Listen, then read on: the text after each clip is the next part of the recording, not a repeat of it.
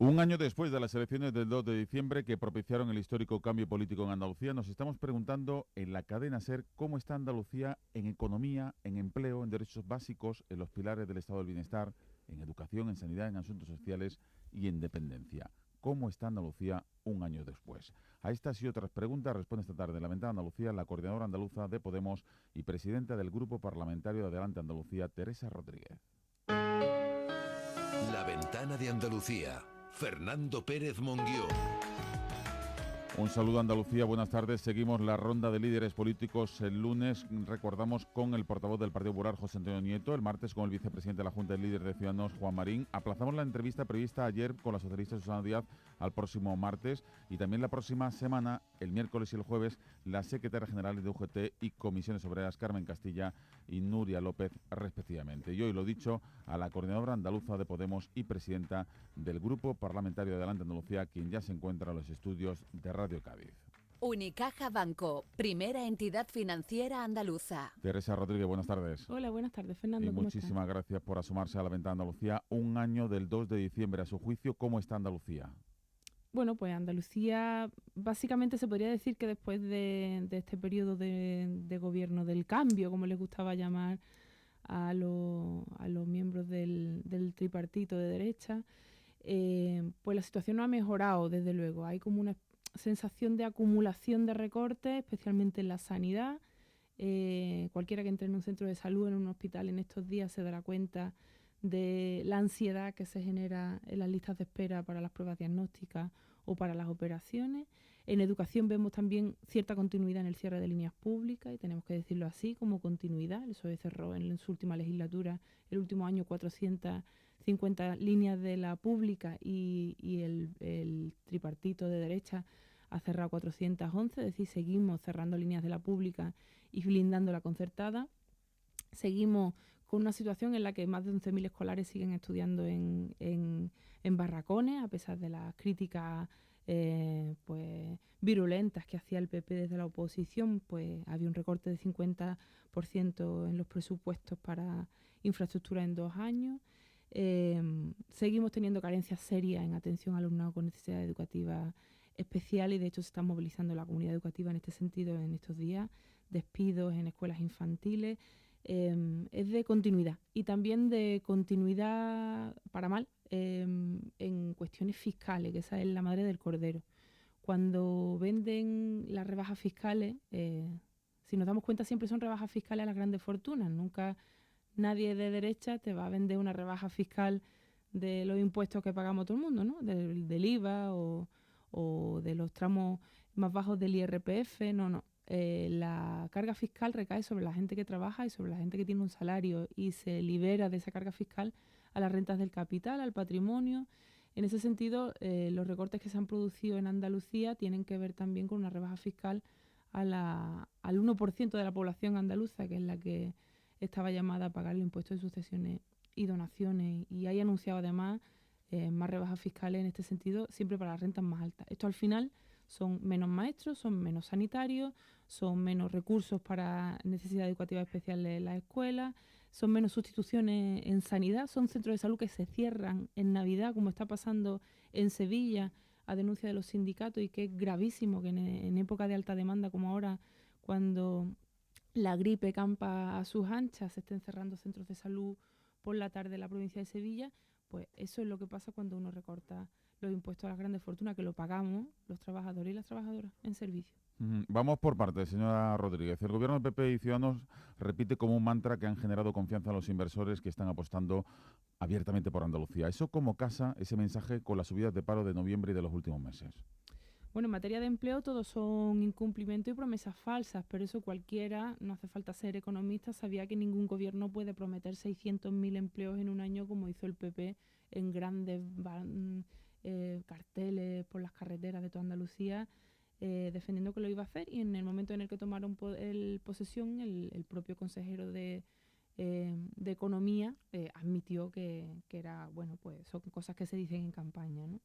Lo cierto es que vemos que en noviembre de nuevo vuelven a aumentar los desempleados y desempleadas, y al final la clave del mercado laboral en nuestra tierra en la absoluta precariedad y temporalidad. Es decir, son contratos que ni siquiera garantizan ser un medio de vida para las personas y que lo que hacen es incrementar el número de trabajadores y trabajadoras pobres, que eso no ha pasado nunca en nuestra tierra. Aquí cuando uno tiene un contrato de trabajo legal, se supone que puede pagar las facturas, que puede llegar a fin de mes, más o menos apurado, pero llegar a fin de mes, que puede asumir ciertos imprevistos, pero en Andalucía esa realidad cada vez es más pequeña. De hecho, el 95 de cada 100 contratos son contratos precarios y la media de contratación es de 49 días. En Andalucía no podemos comer y vivir de los contratos que se hacen en Navidad y en verano, y este es el modelo que está fomentando el tripartito de derecha, ese tipo de contratación muy precaria. Y luego, que vengan inversores no hay garantía de bienestar para la ciudadanía en absoluto. Si los inversores son, por ejemplo, Uber y Cabify, que están compitiendo deslealmente con la familia y con la comunidad del taxi andaluz, pues ese tipo de inversiones no nos convienen. Si las inversiones son las del olivar intensivo, que se están cargando nuestros acuíferos y implantando un modelo agrícola de baja demanda de mano de obra, completamente mecanizado, y que se está cargando el olivar tradicional, que es alto en mano de obra, y cargándose nuestros acuíferos y llevándose los beneficios fuera, pues ese tipo de inversiones no son convenientes, sino todo lo contrario. Al final se está fomentando un modelo económico extractivista, donde tenemos dependencia de inversiones que vienen de fuera y que no están pensando en el bienestar de nuestra tierra. No se apuesta por un desarrollo económico endógeno, que apueste por la pequeña y la mediana empresa andaluza, la que se queda aquí, la que paga impuestos aquí, la que genera bienestar y empleo aquí. Hablemos de sanidad. Al consejero de salud, ¿cuánto crédito le queda? Si es que le queda crédito. Pues yo creo que no le queda ninguno, y me parece que hace tiempo ya que no le queda ninguno. Las movilizaciones están creciendo. Yo creo que en los próximos meses vamos a ver otra vez salir a la calle Andalucía en defensa de ese derecho fundamental y básico. Y yo creo que una de las cosas que se han visto también por parte de este gobierno, y que eso sí en marca de la casa, es el cierto caos, ¿no?, en la gestión, a pesar de esa fachada, nunca mejor dicho, esa fachada de los políticos de derecha de ser buenos gestores y demás, pues estamos viendo que con el tiempo que llevan gobernando están haciendo el ridículo en nombramientos de personal que tiene altos cargos y Por cierto, ¿ve usted normal la cantidad de dimisiones de altos cargos de la Junta en tan solo un año, pues, una treintena? A eso hago referencia. Efectivamente, la sensación que da es de un absoluto caos. Yo creo que no había que sustituir a los enchufados del PSOE por enchufados del PP, sino que de lo que se trata, y es lo que nosotros hemos tratado de defender en las propuestas que hemos puesto sobre la mesa en el Parlamento y en los debates de investidura, es de profesionalizar la gestión en Andalucía. Lo que es gestión tiene que ser administración. Lo que es gestión no tiene que ser político, tiene que ser profesional, y tienen que ser los más cualificados, los que tienen experiencia en la gestión, los que tienen la mayor confianza de sus compañeros y compañeras y de los usuarios y usuarias, que también tienen algo que decir, quienes hagan frente y se hagan cargo de la gestión de los servicios en Andalucía, de la administración. Y luego el gobierno es gobierno, pero es que la administración debe estar plenamente profesionalizada, y eso es lo que hemos defendido siempre. Y bueno, el PP también se llenaba la boca con los enchufes del PSOE, y al final, fíjate, está enchufando a los suyos, y los suyos no le están durando ni 2 telediarios, porque el rosario de destituciones y de dimisiones da cuenta del absoluto caos de gestión que tiene que haber en estos momentos en algo tan básico y tan fundamental como es la gestión de la salud y de la educación de los andaluces y las andaluzas. ¿Cuánto tiempo, a su juicio, puede durarle a la Junta de Andalucía el discurso de que les está condicionando sobremanera la herencia recibida de anteriores gobiernos socialistas? Yo creo que ya está bien, es decir, que ya han tenido tiempo suficiente de poder implementar ciertos cambios. Si observamos, también hay absoluta inacción en lo político.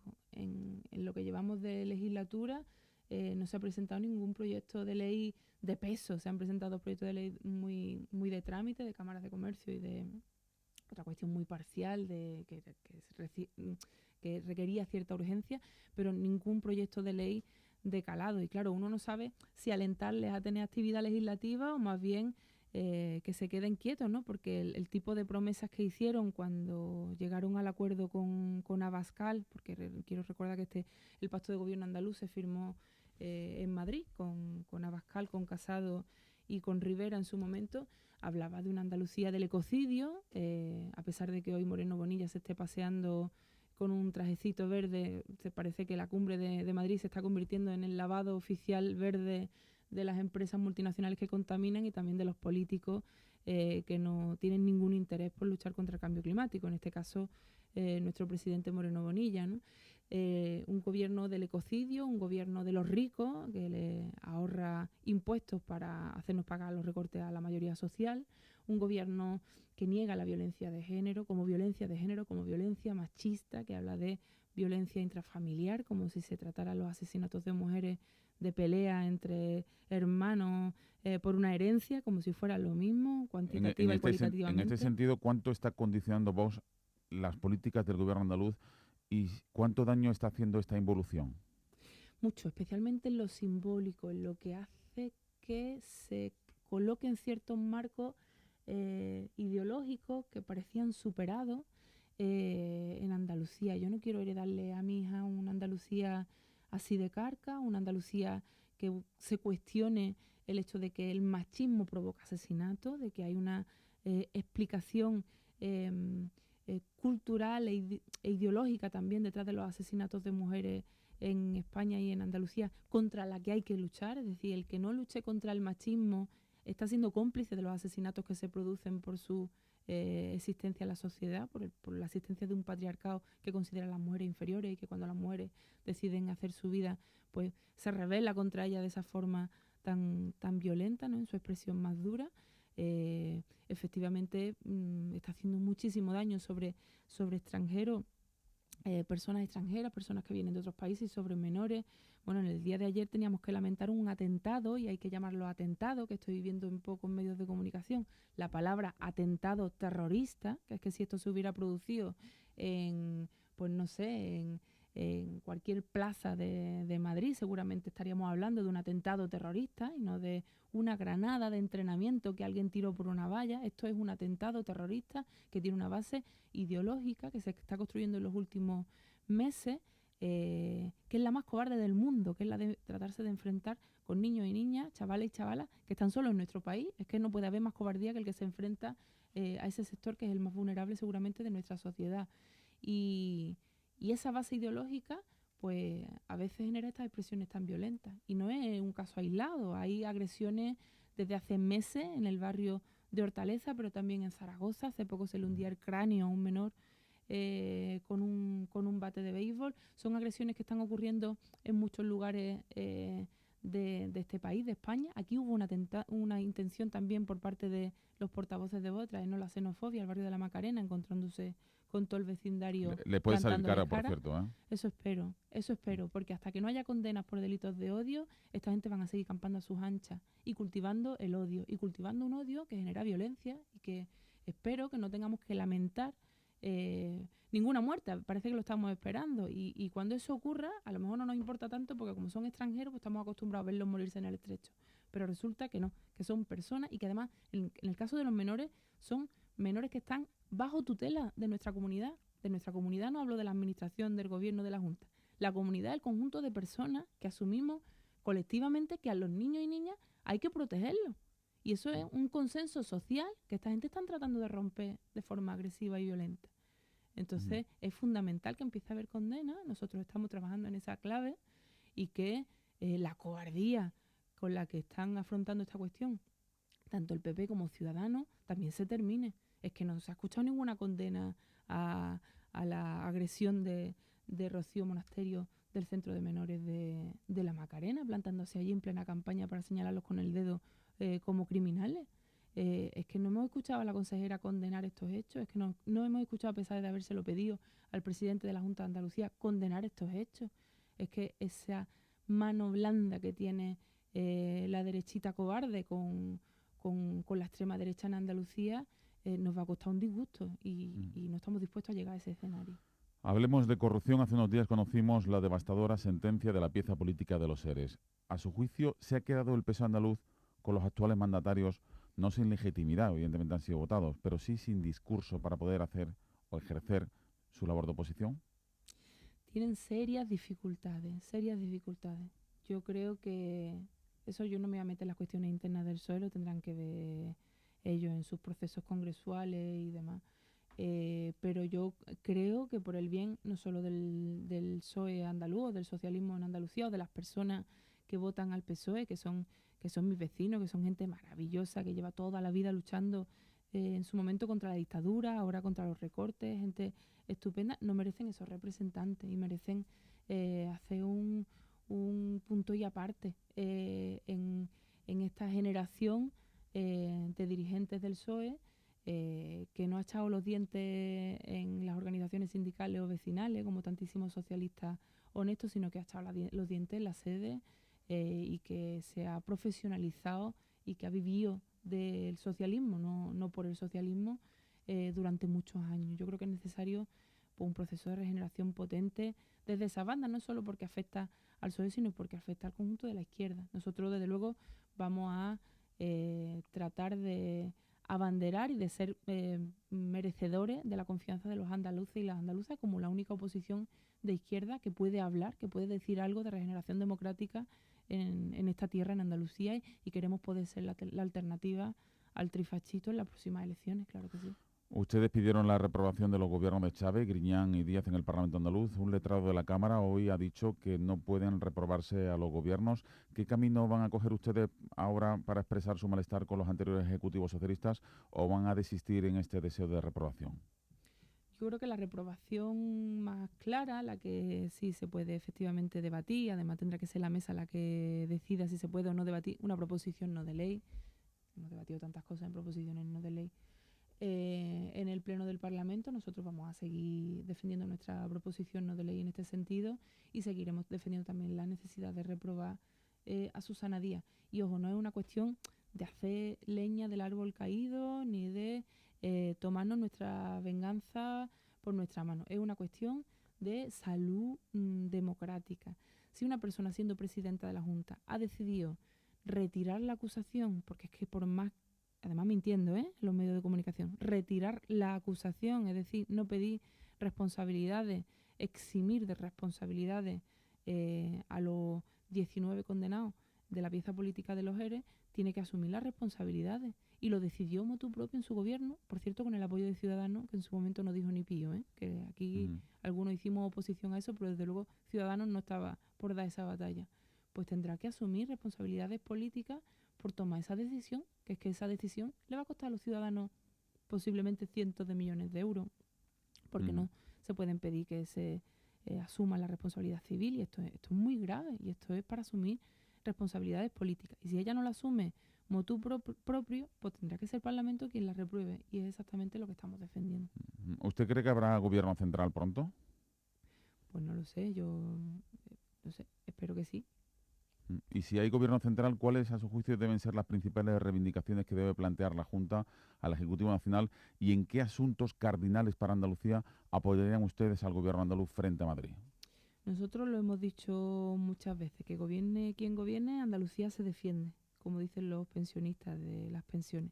Y nosotros vamos a defender algo que el PP no ha querido defender, a pesar de haber participado de ese pacto entre partidos en Andalucía por la financiación de Andalucía. Vamos a defender los derechos financieros de Andalucía y vamos a defender que se cumpla el Estatuto de Autonomía para Andalucía, que establece una serie de criterios a la hora de repartir los recursos. Nuestros estatutos son ley y como no se está cumpliendo el estatuto y no se está cumpliendo una ley a nivel estatal, que ha sido aprobado en el Congreso de los Diputados, pues estamos en todo nuestro derecho de exigir que se cumpla esa ley y por tanto que 4.000 millones de euros que se le deben a esta tierra se le tienen que pagar. Y es lo que vamos a defender con quien haga falta y de la mano del pueblo andaluz, porque es su derecho, no estamos pidiendo nada que no nos corresponda. Dos preguntas orgánicas, señora Rodríguez, como líder de Podemos Andalucía. Sabemos cómo está Andalucía a su juicio, pero ¿cómo está Podemos y cómo está la confluencia Adelante Andalucía un año después? Bueno, la confluencia Adelante Andalucía, que de la que puedo responder en primer lugar, pues goza de buena salud. Efectivamente, echamos mucho de menos a Antonio Maillo en su momento. Claro, para mí ha sido una experiencia personal un poco extraña porque empezó a andar Adelante Andalucía como organización y como grupo parlamentario en el Parlamento andaluz y yo pues me fui a tener un bebé y y a criarla durante unos meses. Y claro, a la vuelta, pues de repente no me encuentro a Antonio y lo echo mucho de menos, a pesar de que Isma es una compañera maravillosa, ¿no?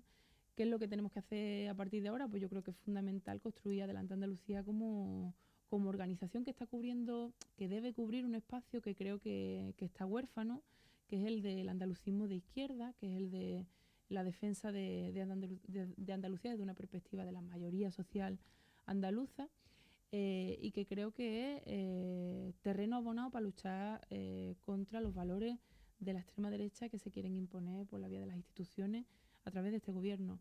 Me parece que tiene mucho futuro este proyecto. Creo que por abajo se está construyendo de forma muy leal y muy cariñosa por parte de las dos organizaciones, sabiendo asumir nuestras diferencias también, que yo creo que eso es un valor fundamental de la izquierda, que es pensar que la pluralidad ideológica es un valor y no un escollo, ¿no? Y ser capaces de sacar consensos para sacar adelante, ya digo, esta organización que pretende fundamentalmente que no heredemos a nuestros hijos e hijas una Andalucía casposa, una Andalucía neoliberal y una Andalucía ecocida que ponga en riesgo la propia vida en el planeta, ¿no? Yo creo que esto es lo que estamos tratando de construir y que esa tarea es fundamental. Sobre Podemos, bueno, pues ahí está, ¿no? Queriendo asumir responsabilidades de gobierno y yo esperanzada en que eso dé lugar a políticas que mejoren la vida de la gente, como no puede ser de otra manera. A principios de año celebrarán ustedes asamblea de Podemos. Ya ha dicho usted, se reafirma en que no repetirá como candidata, pero ¿seguiría al frente de Podemos?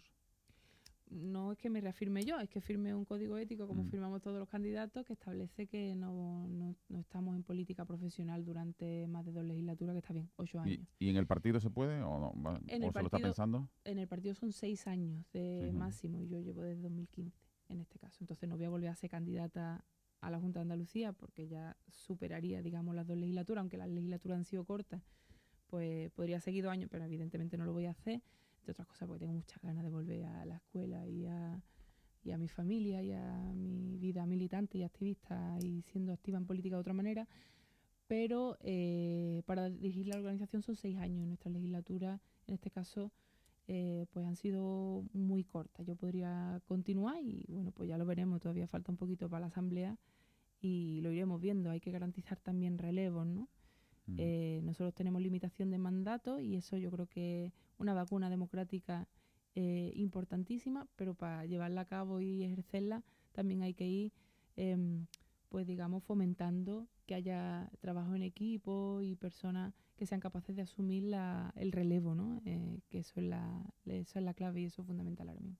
Y de esta asamblea debe salir la dirección, sea la que sea, que plantee ya de frente por derecho la autonomía de la organización andaluza respecto a Madrid. Bueno, de frente y por derecho ya lo planteamos nosotros hace 3 años. Que siga planteándolo en todo caso. Yo creo que eso sí es importante. Me parece que todo el mundo entiende que catalanes, vascos, canarios, cántabros y hasta turolenses tengan voz propia en Madrid y pongan en el centro de la política del Congreso de los Diputados sus justas reivindicaciones y sus demandas territoriales. Sin embargo, Andalucía no tiene esa oportunidad, siendo la comunidad autónoma con más población de España. En ese sentido, nosotros creemos que es necesario apostar por eso, entre otras cosas, porque eso no solo va a beneficiar a Andalucía, sino es que resulta que las demandas y reivindicaciones de Andalucía son las de la mayoría de la población de este país. Es decir, que nosotros no solo pedimos justicia fiscal y financiera para Andalucía, también pedimos acabar con la precariedad, porque es una de nuestras grandes lacras, acabar con el desempleo, luchar por unos servicios públicos potentes, acabar con las desigualdades, porque es una lacra que recorre esta tierra de forma endémica desde hace décadas, pero sigue presente ahora en el presente de forma más dura que nunca. Es decir, lo que demandemos y reivindiquemos por parte de Andalucía, el problema andaluz, el conflicto andaluz, es el que tiene que ver con las cosas de comer, lo hemos dicho muchas veces. Y por eso la necesidad de defender ese espacio andaluz en Madrid, en el Congreso de los Diputados y también en Andalucía desde un punto de vista federal, solidario y coordinado con el resto de organizaciones con las que tenemos unidad de acción y estratégica en el resto del país. Y ya por último, para finalizar, permítame que me salga un poco del guión, ¿no? Y le pregunte qué piensa del revuelo que hay en Cádiz y en buena parte de Andalucía, porque Canal Sur no vaya a retransmitir los carnavales en el conjunto de Andalucía. Por lo que usted pueda conocer, ¿cree usted que sea con Canal Sur o con otras televisiones, los andaluces podrán ver los carnavales y los gaditanos que estemos fuera de Cádiz? Vamos a ver, primero hay que hacer algunas aclaraciones, y es que esto no es una decisión arbitraria de nadie. El concurso oficial de agrupaciones carnavalescas es un concurso municipal, público, y su retransmisión se acuerda todos los años mediante un concurso público, donde pueden optar por los medios de comunicación que estén interesados en retransmitirlo, y donde gana el que tenga más puntos en un concurso neutral y objetivo, ¿no? Y en este caso, pues no lo ha ganado Canal Sur. Entonces, pues bueno, pues como en otros años Onda Cádiz le ha tenido que comprar la señal a Canal Sur, pues ahora tendrá que ser al revés. Y yo espero que Canal Sur siga retransmitiendo los carnavales, porque además creo que es de los programas que tienen más audiencia también para la nuestra, en Andalucía, ¿no? Y que además sean dos canales, y esto yo creo que tenemos que celebrarlo, dos televisiones públicas, ambas dos, Onda Cádiz y Canal Sur, las que estén retransmitiendo el carnaval, y en este caso pues ha ganado los derechos de retransmisión Onda Cádiz, pues nos tienen que tener orgullo eso a todos, a los gaditanos y también a los andaluces y las andaluzas, que podremos seguir disfrutando sin duda del carnaval, seguramente desde la nuestra también, ¿no? No tengo los datos exactos, perdóname Fernando con que sea inexacta en esta pregunta, porque hablo un poco de oídas, pero pues por ahí van los tiros. Yo no, bueno, que no le preguntaba por los intríngulis de la operación o de lo que está ocurriendo, sino simplemente si usted cree que los andaluces podremos ver no en Canal Sur o en cualquier otro operador, podremos ver los carnavales, Canal Sur, ¿no? desde luego siempre se ha podido ver en internet. Onda Cádiz lo ha visto, vamos, mucha gente sigue la retransmisión de Onda Cádiz, porque además hay como mucho cariñito por la retransmisión de Onda Cádiz, por lo menos en Cádiz, también fuera, ¿no? Porque retransmiten pues desde las preliminares hasta la final, ¿no? Ahí con mucha calidad y mucha profesionalidad. Efectivamente, sí, la señal es muy buena, en fin, que sí, eso va a estar ahí seguro. La de Onda Cádiz, para quienes no estén en Cádiz, van a poder seguirlo por internet sin ningún tipo de problema. Pero además yo espero que Canal Sur también lo retransmita, porque a mí me gusta también ver a Soco López, y me gusta ver a la gente toda la vez, Modesto, Barragán, y ver a Manu Sánchez, verlos retransmitir también me gusta mucho. De hecho, yo voy saltando muchas veces las retransmisiones y alternando hasta con la radio, que también me gusta escuchar las retransmisiones de radio, ¿no? Mi Mansorro, de mi alma, a mí me encanta escuchar mucho a los cronistas del carnaval, que son Oye, en algún momento también puedo poner Radio Cádiz de la cadena SER, ¿eh? Sí, Le invitamos. También. Bueno, Teresa Rodríguez, coordinadora andaluza de Podemos y presidenta del Grupo Parlamentario de Adelante Andalucía. Muchísimas gracias por atendernos, buenas tardes y sobre todo, lo más importante, disfrute de su hija. Venga, gracias igualmente.